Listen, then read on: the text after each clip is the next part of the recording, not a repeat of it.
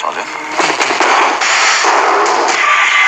বলিউডের anti hero চরিত্রের ধারা বদলে দেওয়া আলোচিত সেই সিনেমা খলনায়কের কথা সবারই নিশ্চয়ই মনে আছে, যা 1993 সালে পুরোপুরি সিনেমা জগৎকে একটি হিট মুভি দিয়েছিল। আবারও ফিরছে খলনায়ক রিটার্ন হিসেবে।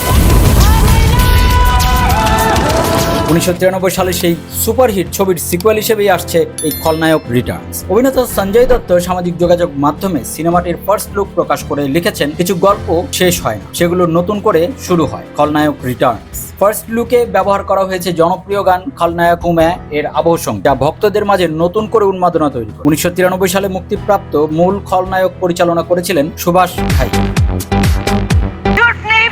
সিনেমাটিতে সঞ্জয় দত্তের পাশাপাশি অভিনয় করেছিলেন মাধুরী দীক্ষিত ও জ্যাকি শ্রফ। অপরাধী বাল্লু তাকে ধরতে মারিয়া পুলিশ অফিসার রাম এবং ছদ্মবেশী গঙ্গাকে ঘিরে টান উত্তেজনা গল্পের আজও দর্শকের মনে জায়গা করে নিয়েছে। ছবিটি শুধু জনপ্রিয়ই হয়নি, সে সময় অন্যতম সর্বোচ্চ আয়কারী ব্লকবাস্টারেও পরিণত হয়েছে। সঞ্জয় দত্ত অভিনীত বাল্লু চরিত্রটি ছিল ব্যতিক্রম। তিনি শুধু একমাত্রিক ভিলেন ছিলেন না, চরিত্রটির মধ্যে ছিল আবেগ, ক্ষত আর মানবিকতার ছাপ। এই কারণেই বলিউডের সফল এন্টি হিরো চরিত্রগুলোর মধ্যে এটি অন্যতম হিসেবে বিবেচিত হয়।